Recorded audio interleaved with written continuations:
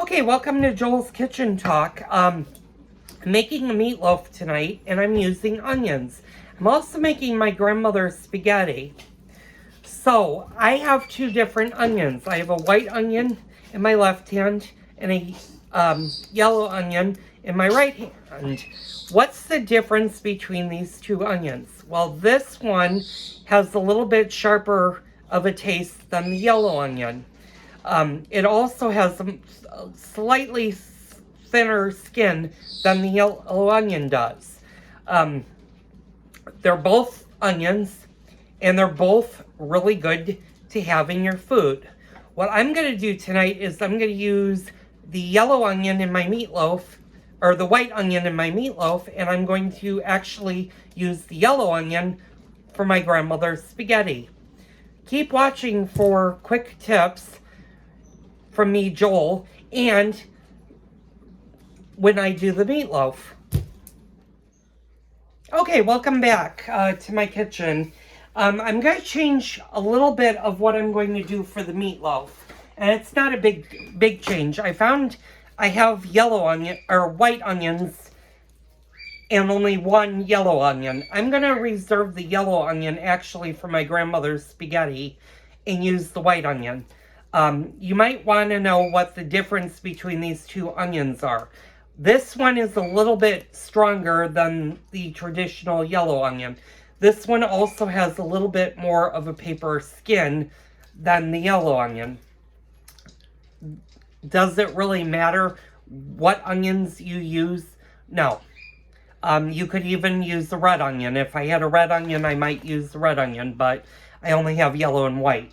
So, what we're going to do, it's still early. It's only 3:30, and I'm not going to mix my meatloaf for an hour, but I am going to start the prep work for it. So, what should you do when you have an onion? Well, you should definitely peel it.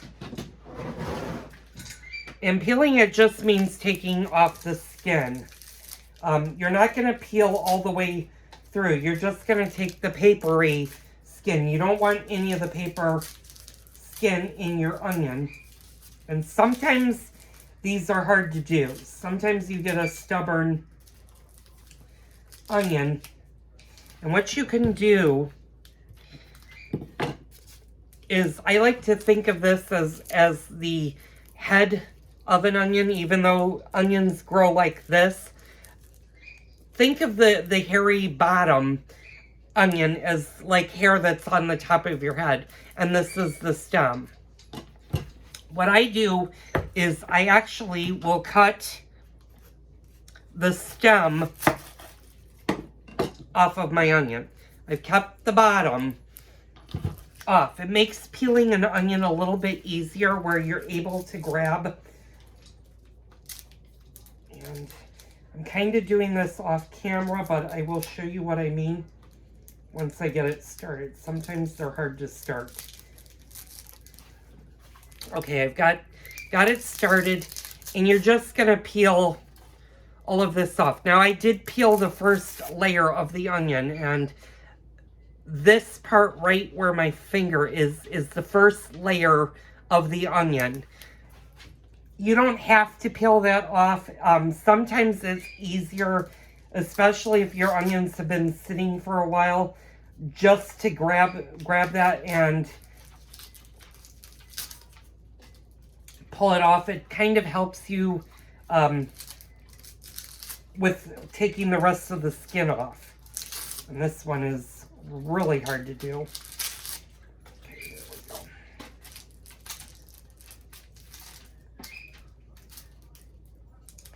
Now, you might wonder, is it possible not to cry when you're chopping an onion?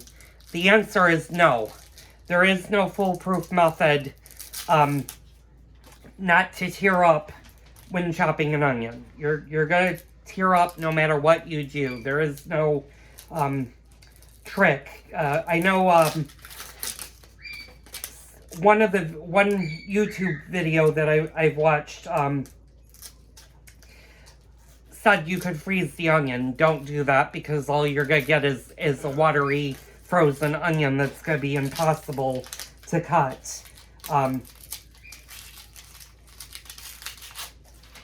If you're smart and you don't want to cry when you're doing an onion, get your spouse to cut it for you. That way you don't have to deal with tears. But I'm not going to make my husband do that. He's done enough onions for me over the course. So this is what you're left with. You're left with perfect onion. You've got the bottom or the top of your onion. Now what you're going to do is you're just going to, and I'm going to ice get out of there. I'm gonna lower you. I'm gonna try to push you in the back. Sorry for shaking. Okay, so what you're gonna do is you're just gonna cut the bottom of your onions. So now you've got the two halves. You can stick your onion upright. I'm gonna push that off to the side. You're just gonna go straight down with your onion. And then put both halves like that. Now, to chop an onion, you can or to dice, I should say dice, because we're gonna dice this onion.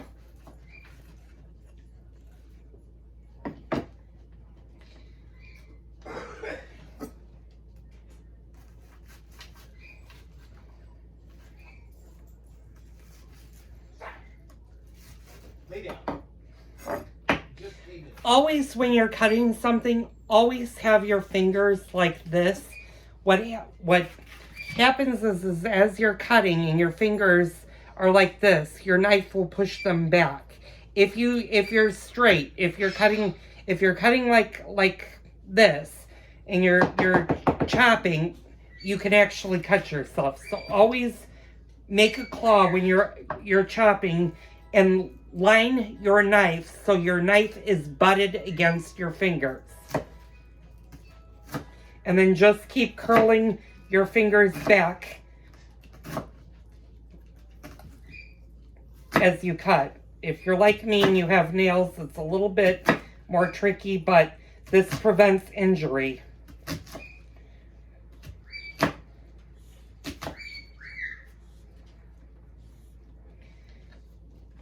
I noticed a couple of my onions didn't get that chopped.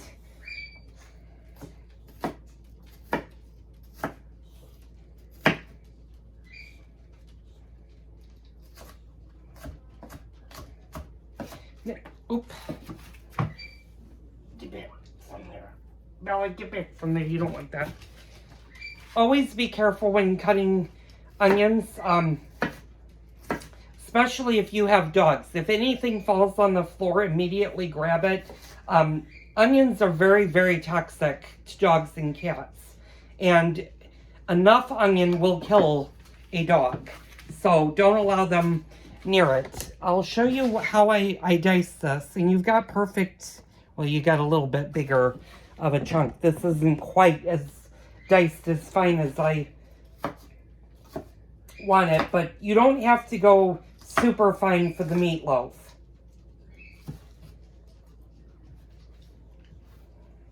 And you can chop onions ahead of time and put them in the refrigerator. Now this one I'm going to do a little bit different. I'm going to go long ways, short ways. I made 3 cuts in it, and then I'm going to go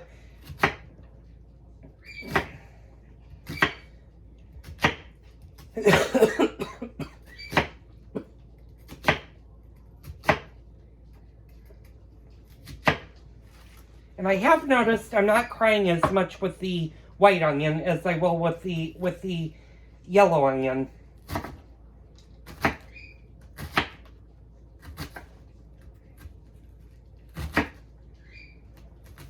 And always make sure that all of your fingers are curled. You don't want to just curl 2 and then have these 2 out, because what will happen with the knife is you'll actually cut into these. So make sure when you do an onion that all of your fingers are curled.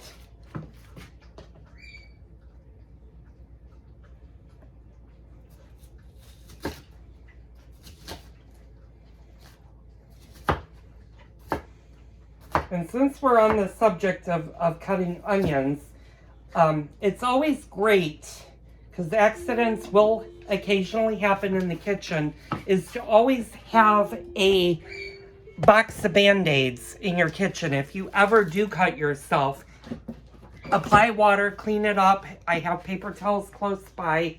And having Band-Aids close by to treat a cut is a great thing to have in your kitchen. Okay, my onions are all cut right here. I'm going to place them in a bowl and put them in the refrigerator. That's one way. You can do onions if you're cutting onions for something and you know you're going to need onions the next day. You can go ahead and cut your onions all at the same time, put them in a bag, and put them in the refrigerator. They'll keep for a couple of days. That was a quick tip from me in this video. So stay tuned while we continue our meatloaf series. Okay, hi all. Welcome to Joel's Kitchen Talk. We're going to be talking a minute about onions.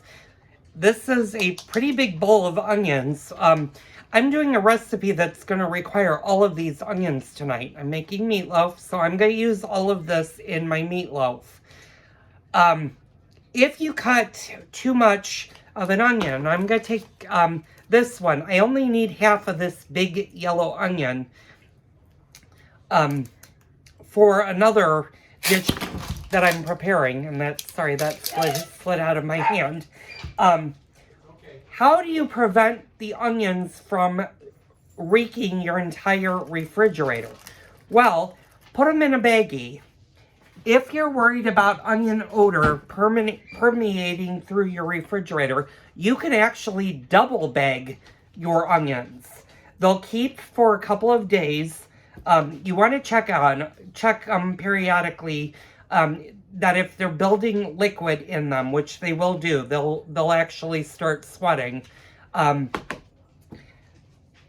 If that happens, you need to use them right away or throw them out, and you're going to be chopping up another onion. But onions will actually keep in a refrigerator or in a closed container for several days in your refrigerator. So if you're making a meal that is using onion, or you need a lot of onion for a lot of different meals that you're going to do, go ahead and cut your onions all in one day. Get it over with. Put them in the refrigerator. I hope you enjoyed this quick tip from me, Joel. Okay, all, welcome back. I'm just gathering my ingredients, and you'll notice I took out onions. I took out eggs. I know my eggs from my onions. I got these for a really good price at my local Costco. However, that was in December before egg prices went up. So how long do eggs last? Well, you could keep eggs for a good month in your refrigerator. This recipe is going to call for 3 eggs. You want to get them out and let them get to room temperature. They don't have to necessarily be room temperature, but I like to just have them out. And because I have so much ground beef, I may use 4 eggs today. Eggs do one of two things in your meatloaf. They help bind it, which holds the shape of the loaf. Common question or common thought that people might have is, can you leave eggs out? Yeah, you can actually. Most people don't, unless you have farm fresh eggs. That means they've been picked directly from the hen and delivered to you. No middleman, no pasteurization. You can definitely leave eggs out. Pasteurized eggs that have been refrigerated usually need to be refrigerated, but when you're doing recipes, especially baking, you can easily leave eggs out for an entire day, and it will be totally fine. Might notice me looking back. I'm actually keeping an eye on one of my dogs. So I'll be right back. I'm going to let him in.